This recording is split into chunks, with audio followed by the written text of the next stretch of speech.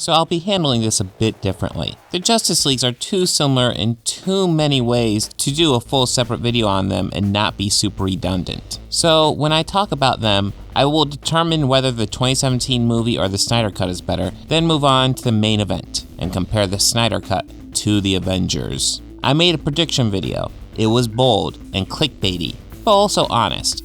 I have no problem making a clickbaity video as long as it's honest to my thoughts, at least at that time. I've gotten so much hate for that video. I've gotten hate before and I thought I could take it, but this is actually so much worse than I anticipated. It is an emotional drain on my life like I never thought I'd experience. Then we get the early reviews and it appears as if I was really wrong with my prediction. Perhaps there is a light at the end of the tunnel. I had already begun putting my thoughts together for a video where I admit my failure. Perhaps end the endless amount of hate filling my inboxes. Then I saw the movie.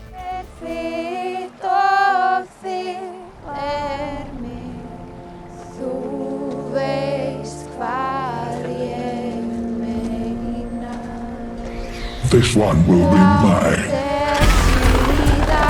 I belong to no one. For the darkness before the daylight of history. Warn my daughter that war is coming. You won't kill me. I'm your best friend.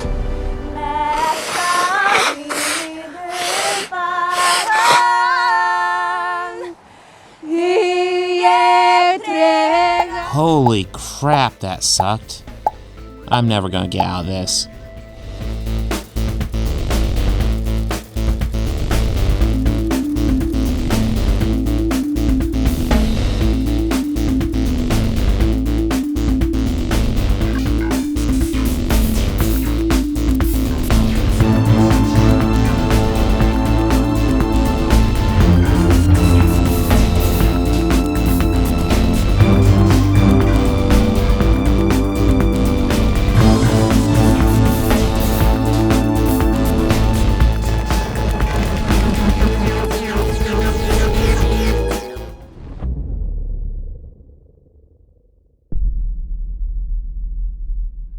Zack Snyder's Justice League tells the tragic story of what happens when a filmmaker disappears entirely up one's own asshole. The Snyder Cut has a story by Zack Snyder, Chris Terrio, and Will Beall, and a screenplay by Chris Terrio. The theatrical cut has a story by Chris Terrio and Zack Snyder, and a screenplay by Chris Terrio and Joss Whedon. These movies both have the same stories, but are told very differently. The Mother Box in the Snyder Cut, activate when Superman dies. Batman decides to start forming the Justice League because he has bad dreams. It works out well because Steppenwolf comes to Earth for the Mother Boxes. He takes the Amazons and the Atlantean boxes. Cyborg and Flash agree to work with Batman and Wonder Woman. Aquaman says no. Steppenwolf kidnaps some people for information on the final box. The four attack and save people, but almost die until Aquaman jumps in and saves the day. They agree to use the last Mother Box to resurrect Superman. Superman goes a little crazy until Lois talks him down. Steppenwolf steals the final box in the confusion. The five go to Steppenwolf to stop him from combining the boxes and destroying the Earth. They almost lose.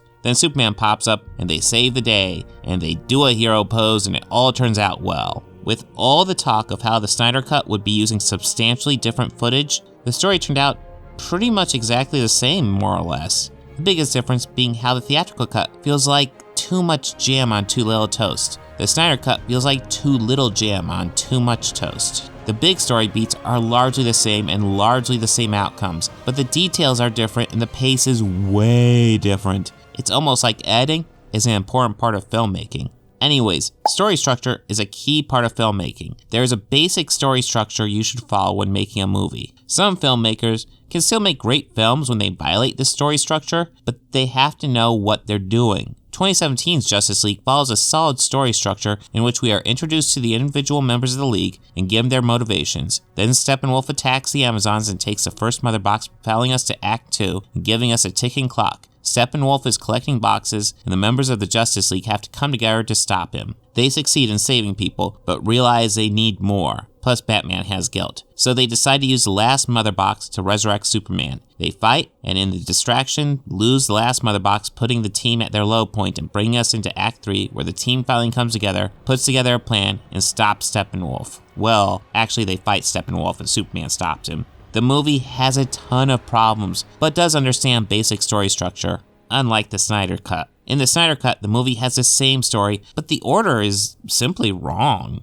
The beginning, at first, follows a lot of the same beats. We meet Batman, then Aquaman, then Wonder Woman, then we get the attack on the Amazon starring your ticking clock. Then we get a whole bunch of backstory, and they even have a contrived reason for why Wonder Woman knows the backstory, and I have to ask, how does this work? If Starro attacked, would Hippolyta fire a different arrow and unlock a different room? Do they have a bunch of very specific rooms set up and fire certain arrows for Wonder Woman to unlock the correct room and get the story about what is happening? How does this work?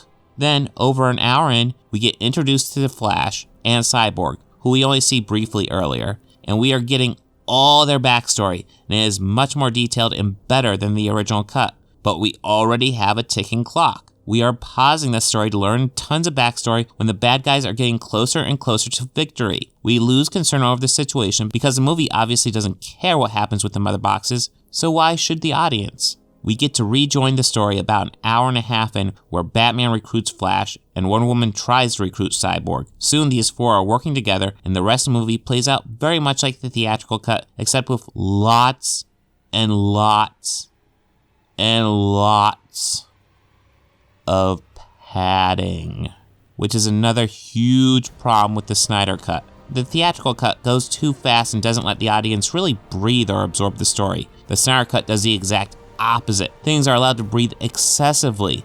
The theatrical cut of Batman v Superman had almost no establishing shots, while the Snyder cut of Justice League has so many establishing shots. So many shots of characters walking. The entire opening is now Batman walking to Aquaman's village. The villagers act like it's an accomplishment, but it was just him walking in the snow. It doesn't even show him doing any cool stunts. It's just him walking in the snow. Then Aquaman leaves. We get this woman singing. And yes, it's clear this is to show the village has a reverence for him. But the whole scene takes about 2 hours of total runtime to establish something that does not need established. Batman already said there was a legend. Comes in the winter when the people are hungry. He brings fish. He comes on the king tide. That was last night. But you could also do it much quicker. Just show the people singing, and it distracts Batman, then show how Aquaman swam away, cut to a shot of Batman looking disappointed, and cut away. And boom! You've established that the village has reverence for Aquaman, and that he's a really fast swimmer, that he's not interested in joining Batman. Time is a valuable commodity in everything, and less is more in most situations, and especially in movies. There is no reason to linger on the singing, no reason to have this woman snort on Aquaman's shirt.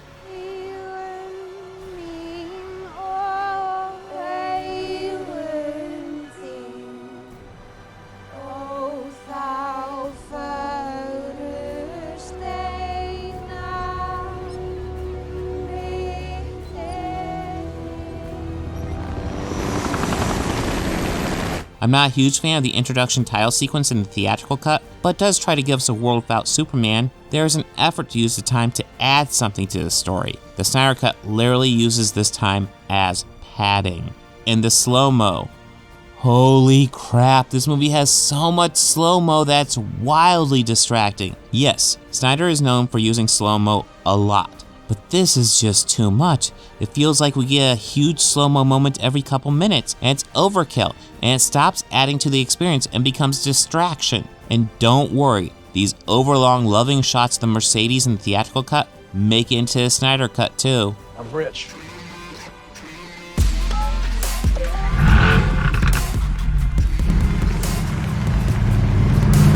Sometimes you gotta go back to actually move forward. And I don't mean go back and reminisce or chase ghosts. I mean, take a big step back.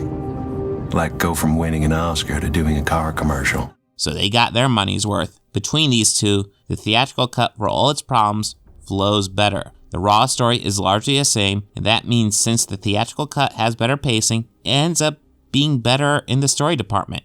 Save one. What? Save one person. And then? You'll know.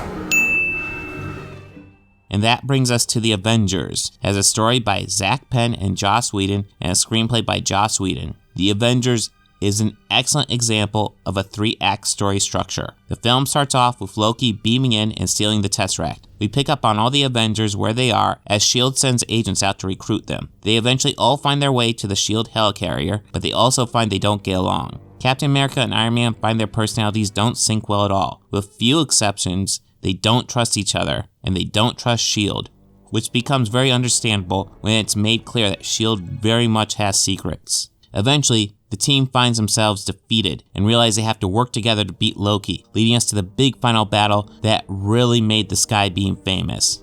Earth's mightiest heroes type thing. Yes, I've met them. Yeah.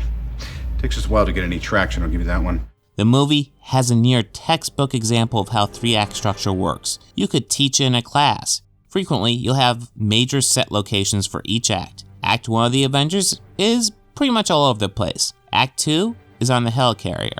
Act 3 is in New York. It actually makes sense to follow traditional story structure as much as possible in this case. The Avengers had to function as a standalone movie and a sequel to 4 other movies. That is a lot for a movie to carry. So logically, you want to go with what works as much as possible to limit your variables.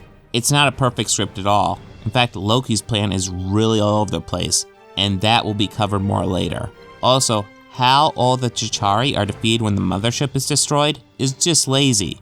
Although, now that it's brought up, what happens to all the parademons in Justice League anyway? But overall, in many ways, for what it needed to be, the Avengers was as close to perfect as possible. There is much more internal conflict between the Avengers than the Justice League. Act 1 is about getting the team together, while Act 2 is about the team being together, not working together. Some get along better than others, but there's plenty of conflict. Some are just words like Captain America and Iron Man, but Iron Man and Thor come to blows immediately when they first meet. One of the worst changes from the Snyder Cut to the theatrical cut of Justice League is when the team decides to resurrect Superman. In the Snyder Cut, it's this big one-shot with the camera going in circles, showing them developing their plan to bring Superman back to help in the fight. The camera circling the cast is a move that usually drives me nuts, but in the Snyder Cut, it works. It's not too fast to be annoying, and it shows the teams synchronizing in their thoughts. In theatrical cut, the Batcave looks so screened in the background, and they just add the team fighting about it. It feels forced and looks awful, and is nothing but a worse version of the same scene in the Snyder Cut. The conflict that felt forced in Justice League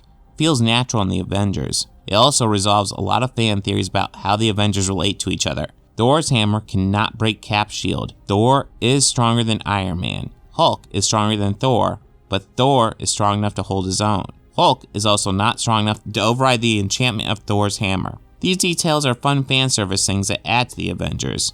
In Justice League, there is fan service but feels so forced, like the Nightmare sequence in Martian Manhunter, both of which would have made the movie better if they just weren't there. Snyder is much more an auteur than Whedon. He has his own style that perforates his movies. Whedon does too, but they are less obvious. Snyder is all about the visuals. Whedon is much more about dialogue and story. You will always kneel.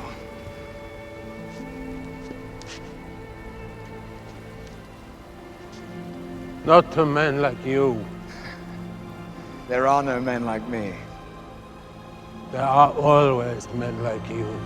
It is easy to watch a few moments of a Snyder film and recognize it by the pure visuals. With Whedon, you need to wait for a bit of dialogue to maybe recognize it. Here's the problem. Snyder breaks traditional storytelling in his movie, and that by itself is not a bad thing, but he is also not the best at handling stories. If he was more story-focused with a 4-hour runtime, he could easily break story formats as long as he recognized how breaking them could benefit the story. He, of course, does not know how to do that. Hell, he's a visual director and yet still doesn't seem to 100% grasp how to use his visuals to benefit his story. It's obvious where this is going. Whedon is the more story-focused director, so for the Avengers not to get this point would be a major twist. And while I'm all for fun twist, one isn't called for here. It's a point for the Avengers. What just happened? Please tell me nobody kissed me.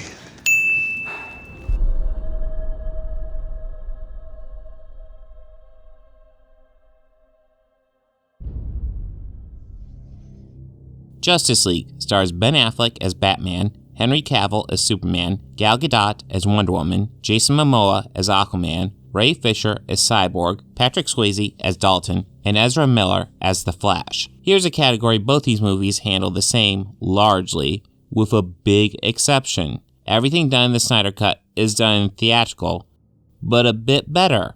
Flash is still the Joker, but he's toned down just enough. Wow, this is awesome.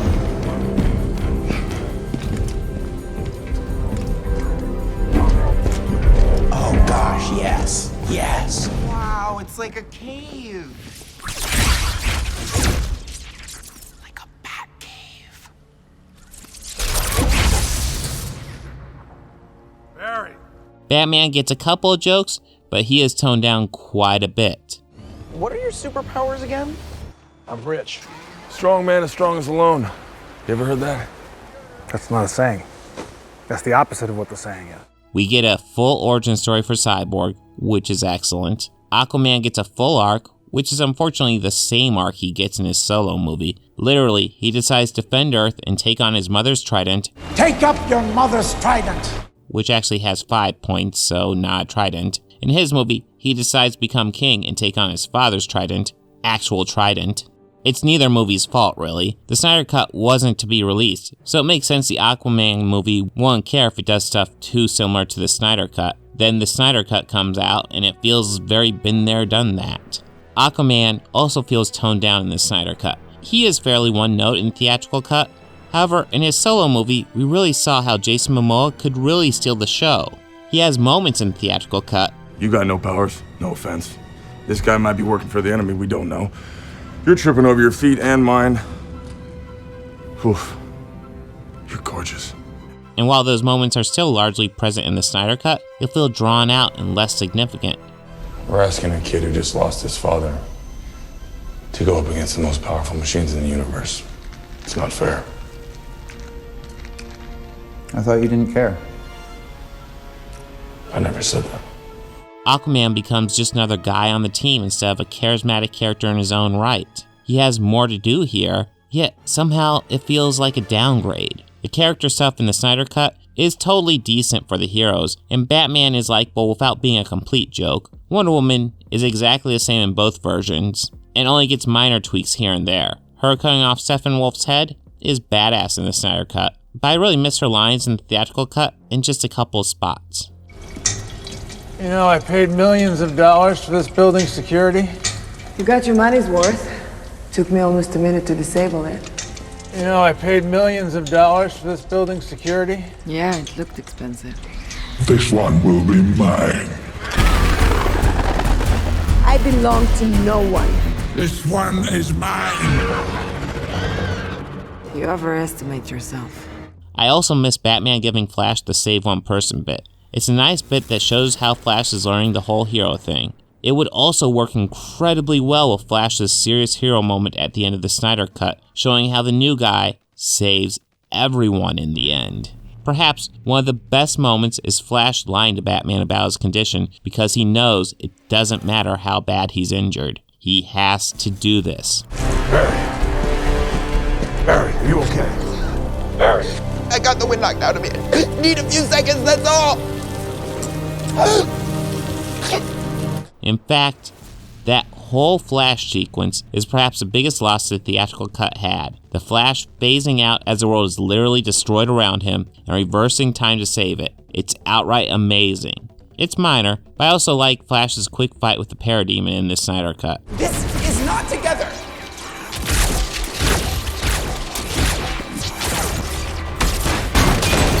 The Snyder Cut really needs a re-edit with how the heroes' stories are organized, but overall, it's nice stuff. There are pluses and minuses here, but mostly pluses for Snyder Cut, and definitely better at handling the heroes. Abrasion resistant, heat resistant. Yeah, I do competitive ice dancing. It's what they use on the space shuttle to prevent it from burning up on re-entry. I do very competitive ice dancing. This takes us to the Avengers, which stars Robert Downey Jr. as Iron Man, Chris Evans as Captain America, Chris Hemsworth as Thor, Scarlett Johansson as Black Widow, Patrick Swayze as Dalton, Mark Ruffalo as Hulk, and Jeremy Renner as Hawkeye.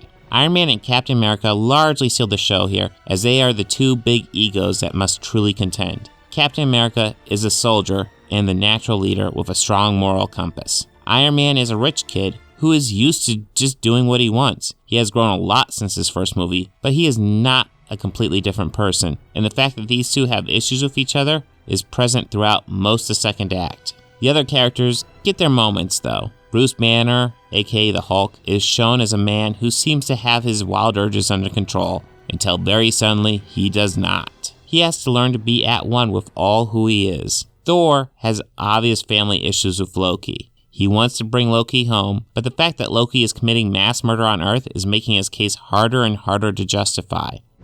Loki is beyond reason, but he is of Asgard, and he is my brother. He killed 80 people in 2 days. He's adopted. And then there's Hawkeye. Hawkeye really gets a short end of the stick here. He's introduced and becomes one of Loki's flying monkeys until Black Widow hits him really hard, and he breaks free. This does give him clear motivation to be one of the Avengers. I have unfinished business with Loki. Yeah? Get in line. Unfortunately, it doesn't give much of a chance to explore his character at all.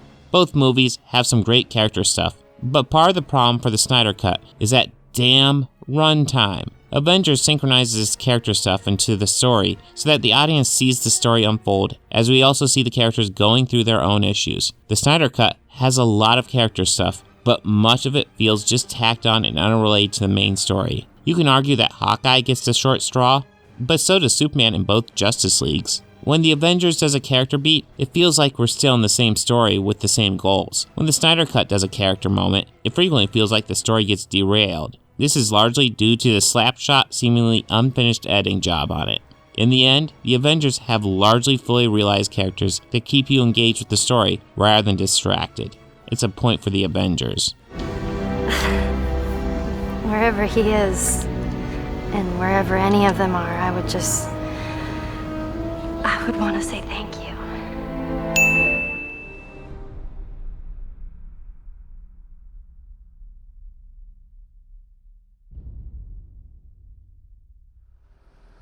Ciarán Hinds, a name that I am certain I am pronouncing correctly and definitely don't need corrected on, voices Steppenwolf in both Justice Leagues, but he is barely audible under all the film's filters in the Snyder Cut.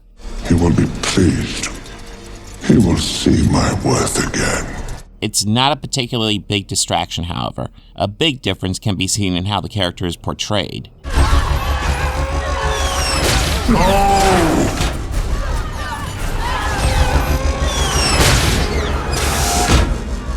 Death. Run. In the Snyder Cut, he's an underling to Darkseid who reports to Desaad. He is disgraced and seeking to redeem himself to his master. Let me make a plea to him that I may come home after I take this world in his name. You betrayed him. I saw my mistake.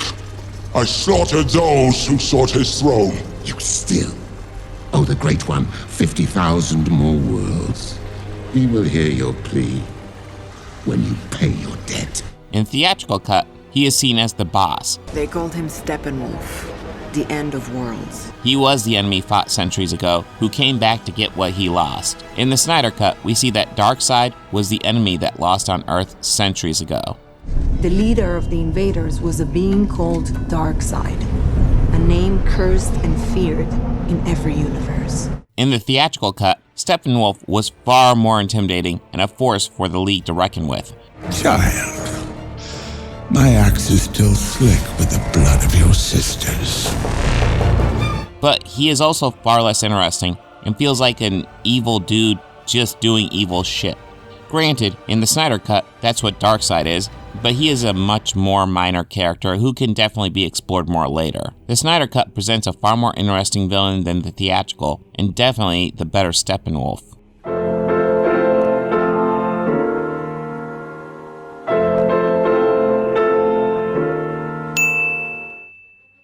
In Avengers, we have Tom Hiddleston as Loki. It seems incredibly safe to say, if it weren't for this movie, he wouldn't be getting a Disney Plus show. Come on. What did you expect? This was the movie where the character really took off in popularity. Who controls the would-be king? I am a king, not here! Here, he is a broken villain, disgraced, and seeking to prove himself as the rightful heir of Asgard, to prove he isn't just some runt frost giant child. Hiddleston really pulls this off, playing as a character that both feels weak and yet is also threatening and desperate. One can't help but really see how closely the Snyder Cut Steppenwolf and Loki in the Avengers are more than just a little similar in their motivations. This is most likely why they changed Steppenwolf between versions. He is more interesting in the Snyder Cut, but that's largely because he clearly at the very least was inspired by Loki. Then we get into the plans of these villains, and Loki's is very funky. His goal seems to be to grab the Tesseract, then let the heroes grab him. Then let them do some infighting while he takes over the world. When he attacks the helicarrier, why not just escape and set a bomb and destroy the helicarrier after he left, and thus eliminate the biggest threat to his goals? The bomb would kill all the heroes except Hulk and Thor. Hulk would likely just wander off, leaving only Thor to deal with, which would be an issue, but a lot easier than Thor plus the rest of the Avengers. His plan seems designed to do this very thing, but in the end, he just drops the ball, it seems like. Your heroes are scattered. Your floating fortress falls from the sky. Where is my disadvantage? You lack conviction. Steppenwolf's plan is much more logical, simply grabbing the mother boxes with the goal of using them for the Unity. He chose to take Earth to reclaim the one planet Darkseid lost and redeem himself. Except that's not what he planned at all. We find out he didn't even know this was the planet Darkseid lost on until he was already here. That this was just some random planet to look onto. But then it gets stupider. They established that Earth was the one planet where Darkseid was defeated, the planet where he lost his mother boxes when he retreated. He also discovered the anti-life equation here and lost that as well when he was defeated. And then they established that Darkseid didn't know Earth was this planet. The story of the Defiance is well known. I have found the primitive planet, the world that fought back. So the one planet where he lost, the one planet where he found the anti-life equation that seemed too valuable to him, the one planet where he left his 3 mother boxes, and Darkseid just forgot what planet it was? Are they seriously going with this angle? Was their goal to make Darkseid a giant retard? The whole forgetting about Earth thing is beyond stupid. But that's more Darkseid, not so much on Steppenwolf. Both villains are solid, but Hiddleston really takes Loki to another level, and not blowing up the Avengers is actually rather minor compared to the whole forgetting the huge event in your life angle. They really make the villains look so stupid in the Snyder Cut. It's an incredible disservice to them, and a point for the Avengers. And then to be reminded what real power is. Well, let me know if Real Power wants a magazine or something.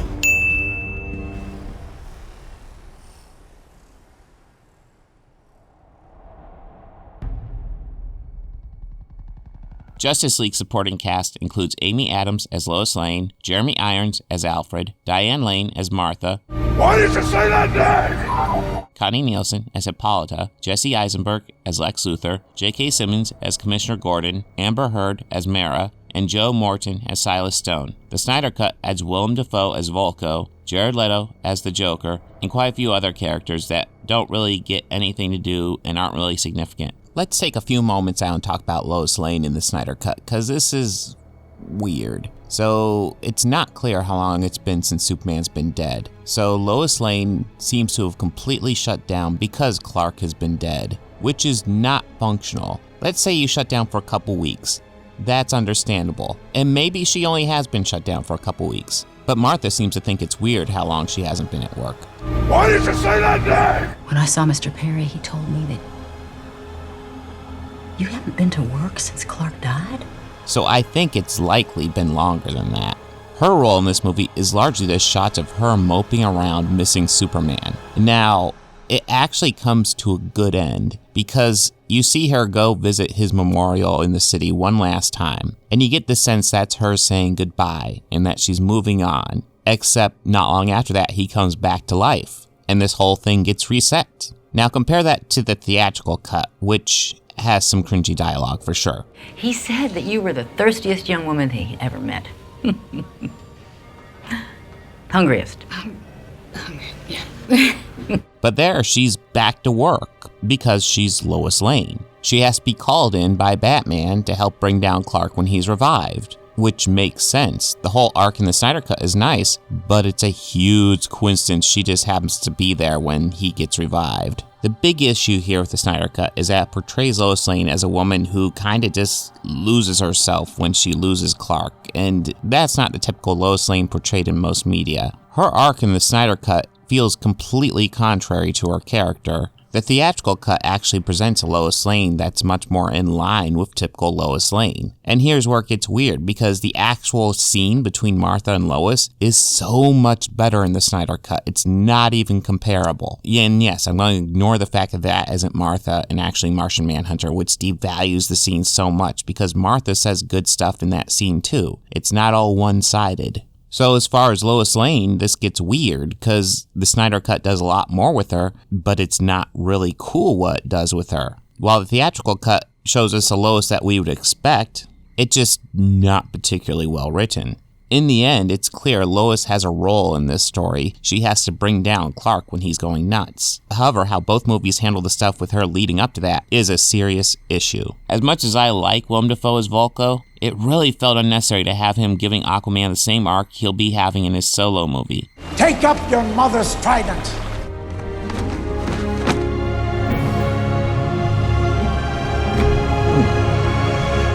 I already got one of those. The movie would only be better if Lex Luthor was cut entirely from both versions. He adds nothing but foreshadowing. Mara also now has a British accent, which doesn't line up with the theatrical cut or the Aquaman movie at all.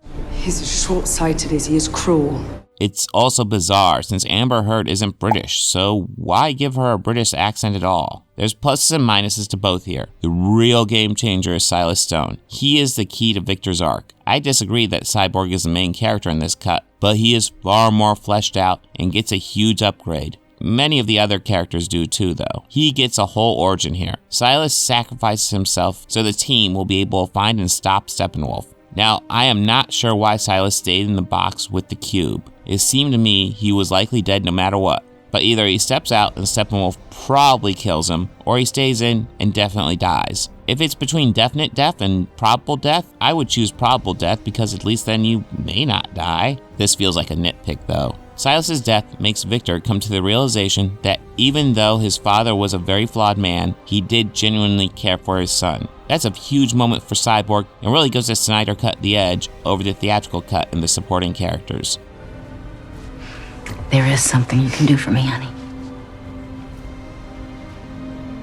Come back to the living. In the Avengers, there's Samuel L. Jackson as Nick Fury, Clark Gregg as Phil Coulson, Gwyneth Paltrow as Pepper Potts, Colby Smulders as Maria Hill, and Stellan Skarsgård as Eric Selvig. All these characters have their moments, but their stuff doesn't interfere with the story. Fury is actually the main character pushing for the Avengers to happen and the architect of the whole thing early on. Selvig ends up one of Loki's minions for a lot of the runtime, giving Loki someone to talk to explain things to the audience. Hill is primarily there to give Fury the same thing. Pepper provides someone for Stark to banter with, as well as a nice and potentially sad moment at the end. Shall I try Miss Potts? Might as well. The army is here trying to contain the violence, but clearly it is outrageous. I've never seen anything like this. Here's the real thing to take note of, because again, the Snyder Cut is obviously inspired by the Avengers, although this is an idea created by the Avengers. Late in Act 2, the teams find themselves at their lowest points. The villain has the jump on them, and a key supporting character dies because the heroes fail. In the Snyder Cut, it's Silas. In the Avengers, it's Coulson. Both work well, but there is a clear one that works better. I brought up how I felt Silas shouldn't have stayed in the chamber, but if he left, Steppenwolf would probably kill him anyway, so it's not a huge deal. What Silas does is sacrifice his life to allow the Justice League to track Steppenwolf. His death meant something and allowed the Justice League to win the day in the end. That's not what happened to Coulson. Honestly, Coulson made a bad move. He found himself in a position where it's just him and Loki, and he has to either try and stop him or run away. Because of his character, he tries to stop him and fails. His death was completely unnecessary and designed to show us how noble Coulson is, something they hinted at earlier.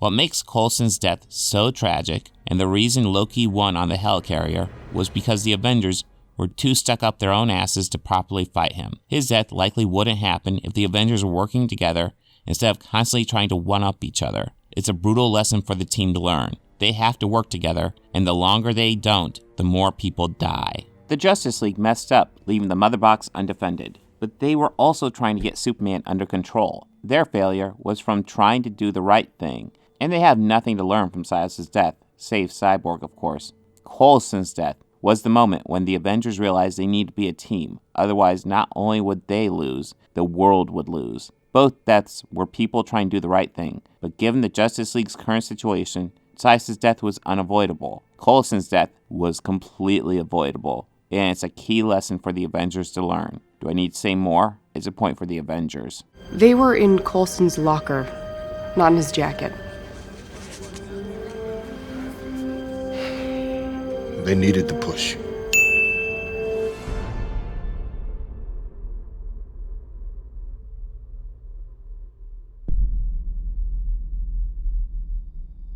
Junkie XL, aka Tom Holkenborg, was supposed to do the score for Justice League in 2017, but when Whedon took over, he was replaced by Danny Elfman. Elfman turned in an iffy score at best, that relied heavily on scores from the past movies to boost it.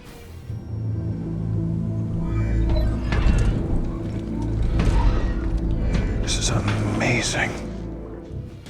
Not even the scores from past DCEU movies, but scores from the classic Batman and Superman movies from the 80s and 70s respectively.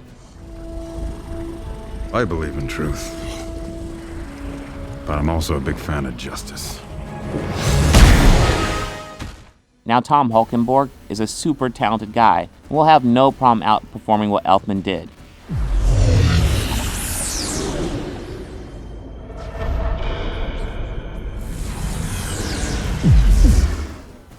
Except he really didn't. While he did more original stuff, it proved to be distracting as all hell.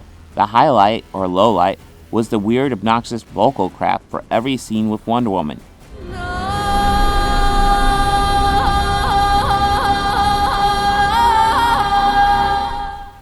Every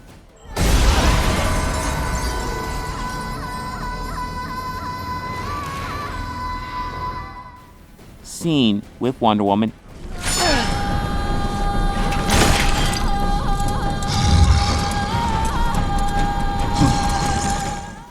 has this.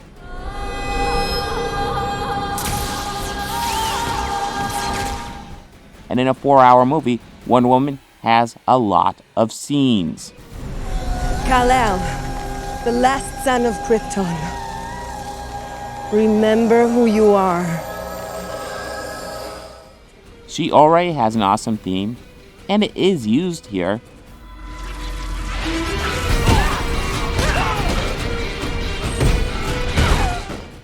But why thin it out with crap?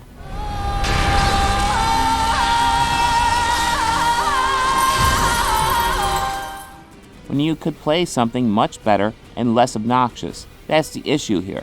The soundtrack feels like a downgrade. Playing the White Stripes' Icky Thump for that Aquaman scene felt too on the nose.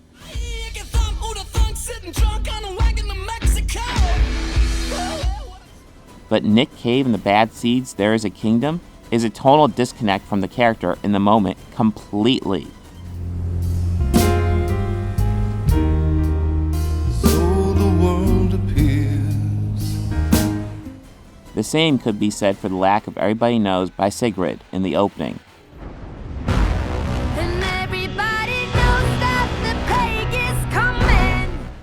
It does the job of setting up the mood about how the world is falling apart. The closest we get to that in the Snyder Cut is the Nick Cave and the Bad Seeds song, again, Distant Sky. He told us our gods would outlive us. Which again just feels like a slow, plodding song that doesn't fit in at all. Yes, I do know Hallelujah was played during the end credits as a tribute to Snyder's daughter. That is an awesome song, and a rather loving and beautiful tribute. It's honestly hard not to shed a tear hearing this song and knowing why it was used. And it also bears no real standing on the movie proper, other than a nice addition. Elfman's score was nowhere, but somehow better than what Holkenborg created for us. Shockingly, this theatrical cut gets this right, or better at least.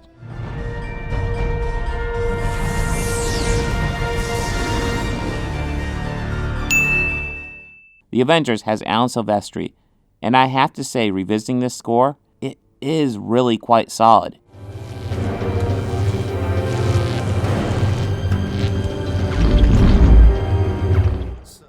It's not the best score ever, it's not Silvestri's best work, and it's not the best score in the MCU. But not being any of those things doesn't make it bad. It's memorable with its own recognizable sound.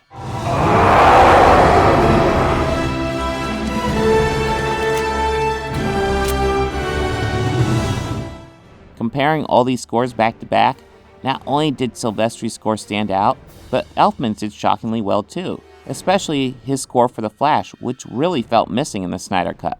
Hulkenborg has his moments, but he was largely overshadowed by the other two. Elfman fell back on the classic score from the previous movies a bit too often, but Hulkenborg does a lot of that too, and more importantly, when he didn't, it's almost always a bit worse.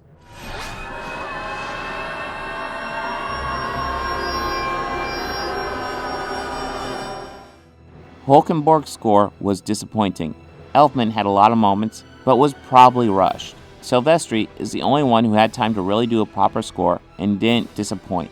Time to look at sound design, and honestly, Justice League has a lot in its favor. The Snyder Cut in particular has a lot of crazy sounds coming at you with Parademons, Speed Force, Steppenwolf's voice, Steppenwolf's armor, and boom tubes.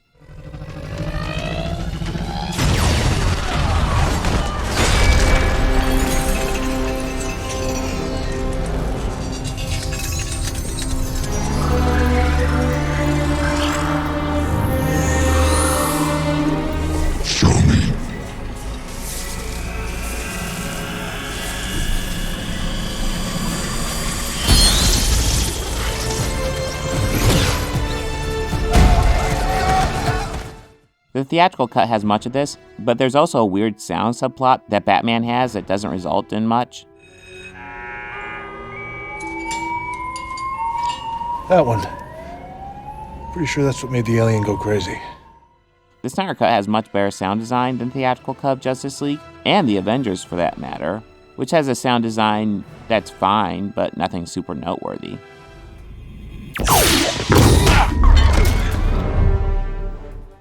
But the Avengers does have the best score. Is that enough to give it the win? Honestly, yes. Silvestri really did a great job with this one. Is it possible to hear the Avengers theme and not get pumped? Justice League has nothing like that, which is why the Avengers gets the point.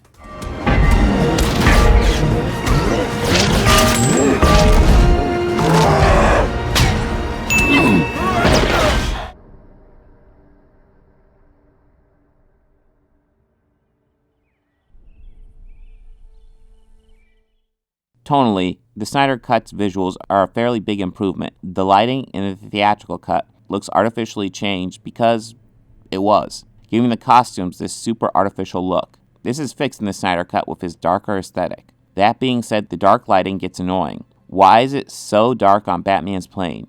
There are many situations where a darker lighting scheme doesn't work, and this version doesn't care. It makes it all darker all the time. There is also the aspect ratio, which comes off as pure pretension. Sure, it was shot in IMAX and gives you the full picture, but that is definitely not the director's original vision. How do I know this despite Snyder saying otherwise? It's simple. Many scenes here have excessive headroom. Headroom is something you add when you plan for something being cropped and you don't want to lose the important details. What he did was film the entire film in IMAX, or at least IMAX format, not something you usually do, and didn't bother to crop it.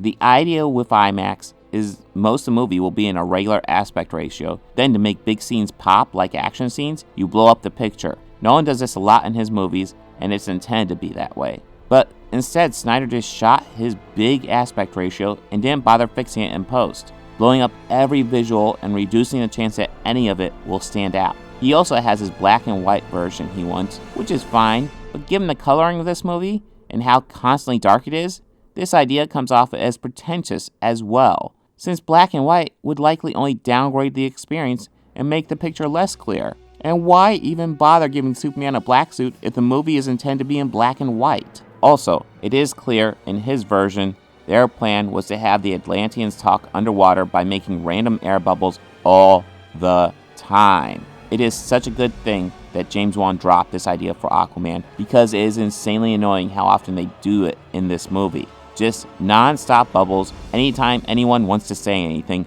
it becomes laughable all the times it's done in this cut. And while we're still on these air bubbles, here's a big question. So Mara uses an air bubble to make Steppenwolf fall in the air and stop him from getting the mother box. Then he gets up, swims to Mara, pins her to a wall, then she does another air bubble. Now what the hell are they standing on? Why aren't they falling here? Even if the air bubble is small, they should at least fall a bit. This is why these air bubbles are stupid. Let's just have the characters talk underwater, otherwise you get caught up in stupid crap like this instead of just accepting underwater talking. Anyways, we also get a solid 8 hours worth of slow-mo, including a weird shot of Batman's razor. I wish there was a better razor, a way better one. You know? Well, now there is. Spishak presents the Mach 20. With 20 blades, we guarantee you the closest shave of your life. Thanks, Spishak. You saved our marriage. The Spishak Mach 20. Cyborg still looks crappy in the Snyder Cut, but at least it looks a little better, though that moment in Nightmare really looks just as bad as some of the stuff in the theatrical cut. And I can't talk about this and not bring up Cavill's mustache. I like a lot of Superman stuff in the theatrical. The opening with Superman's cell phone video was great, and so was the Flash race on a script level. Add the poorly done CGI'd out mustache, and it takes you out of the movie. With the crummy color grading and the poor effects, despite Snyder's clear pretension, his version looks clearly better.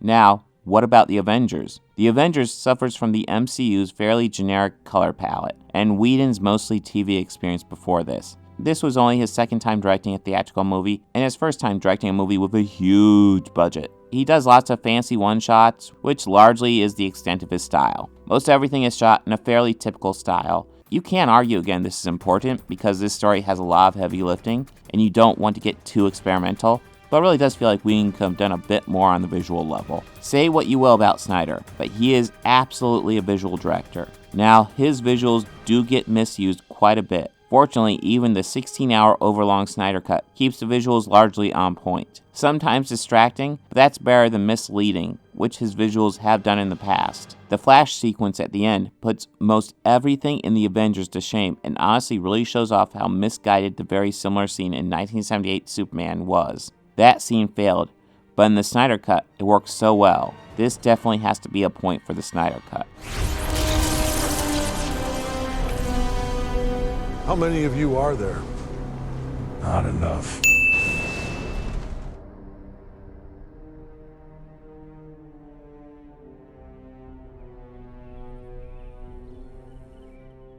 Here's part of the problem with the Snyder Cut. It loses focus on what it is. Justice League is this big superhero team-up movie. It's about conflicting egos coming together for the greater good. Snyder treats it like Lord of the Rings with these big journey shots of everyone walking everywhere.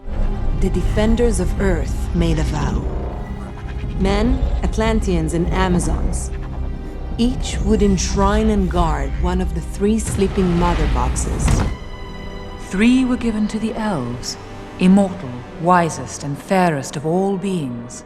Lord of the Rings was about a journey. Justice League is about beating the bad guys, and even though he treats it like a journey, the story is very much about beating the bad guy. The theatrical cut knows exactly what the movie is. It's dumb and colorful. It's about people with crazy abilities wearing goofy costumes and beating up the bad guy. The Snyder Cut has that too, but wants to treat it all like it's gritty and real, which it's not remotely. You can't add some blood and darker color tone in some boring parts and say, well, it's for adults. Number 1, this is a comic book movie, and the core audience of that is kids. Number 2, it's not impossible to do both. Marvel does a balancing act, making movies for adults that are enjoyable for kids. Well, technically I didn't rob them.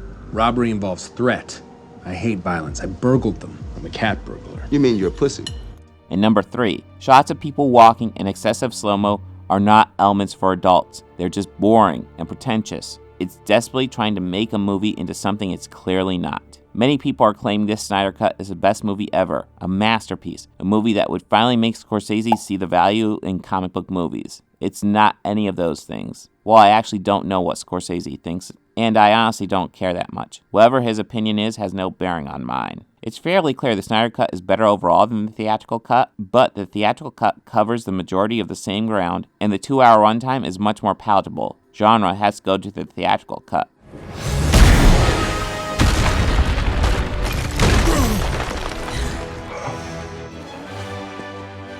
Alright. And that's the thing with the Avengers. You asked for a perfect example of a superhero movie. What do you think of? The only real contender against the Avengers for this mantle is maybe Spider-Man 2. The Avengers is just a great comic book movie about these heroes who work well by themselves coming together to fight a big bad. A dream for many comic book fans come to life, making a big crossover event in movie form. This formula was really refined by the Russo brothers in later movies, but this movie set the groundwork. Without the Avengers, there would be no big crossover movies later. No Infinity War, no Endgame, no Justice League, and definitely no Snyder Cut. The Avengers, in many ways, defined how the superhero crossover movie works. You can tell by how the Snyder Cut and the theatrical cut seem desperate to use Avengers elements in their own movies. When all the movies in the verses are desperately trying to be another movie in a verses, there ends up being a clear winner in the genre department, and it's a point for the Avengers.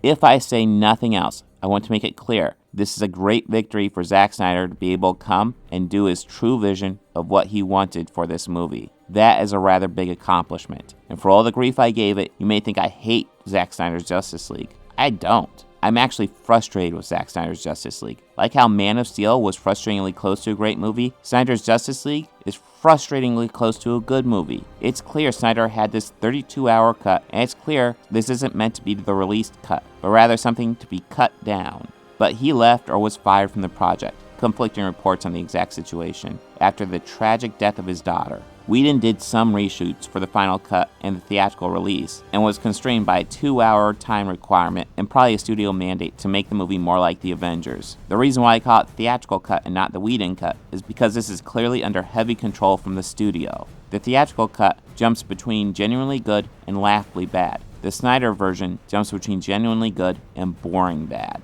The Snyder Cut does have a lot more good stuff than the theatrical cut, but at the same time, it's spread out way thinner over a 64-hour runtime. And here's the deal. Cut about an hour or so from the Snyder Cut, and you probably have a really good movie. Sprinkle little bits of the Whedon Cut, and you probably have something a little bit better. Instead, we have two examples of major issues in filmmaking. Whedon's cut suffers from a studio hovering over him and limiting his time and money to make a cut designed to maximize profits over everything else. Snyder Cut feels like it has no supervision and is basically a story about a rough cut being treated like a final cut. Limits are good for filmmakers, and really any sort of creative type. It's when those limits go too far where issues arise. Honestly, give Whedon the same freedom Snyder had for his cut, and you'd probably have a pretty good movie. And what happens when the studio constrains a director just enough to let his vision be realized, but not so much as to run amok? Well, that's honestly what the Avengers ended up being. A major tentpole movie that has very much a Joss Whedon story and movie, but it's clear there are many elements that were mandated that he had to follow. In between the Snyder Cut of Justice League and the theatrical cut of Justice League is a cut much more on par with the Avengers. Hell, I'm tempted to do a fan edit of Justice League to make an actual good version of it, because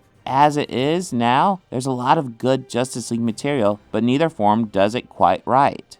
Of course, as time goes by, it seems less clear the future of the DCEU. The executives are now saying they refuse to work on a Snyderverse due to constant harassment from the fans. Truth is, the only reason the Snyder Cut exists is because there was a pandemic, and the executives were looking for streaming content. And the Snyder Cut is a project that could be completed largely in post, making pandemic work on it a lot easier. Without the pandemic, this cut almost certainly never would have seen the light of day. It's cool it exists, but it seems far more likely to be a one-off. Snyder has his other non-DC projects at this point, and DC has other non-Snyder projects at this point. A restoration of the Snyderverse is not impossible, just as release the Snyder Cut proved not to be impossible. But that required a pandemic to happen. A Snyderverse would likely require something just as huge to change about the world, and it wouldn't be a pandemic, because this actually makes DC changing course harder, not easier. Time will tell at this point what the future holds, but it seems more likely that DC will continue with their current plans and restore the Snyderverse. I'm not saying it's guaranteed, but I am saying if I were betting money on this, that would be my bet.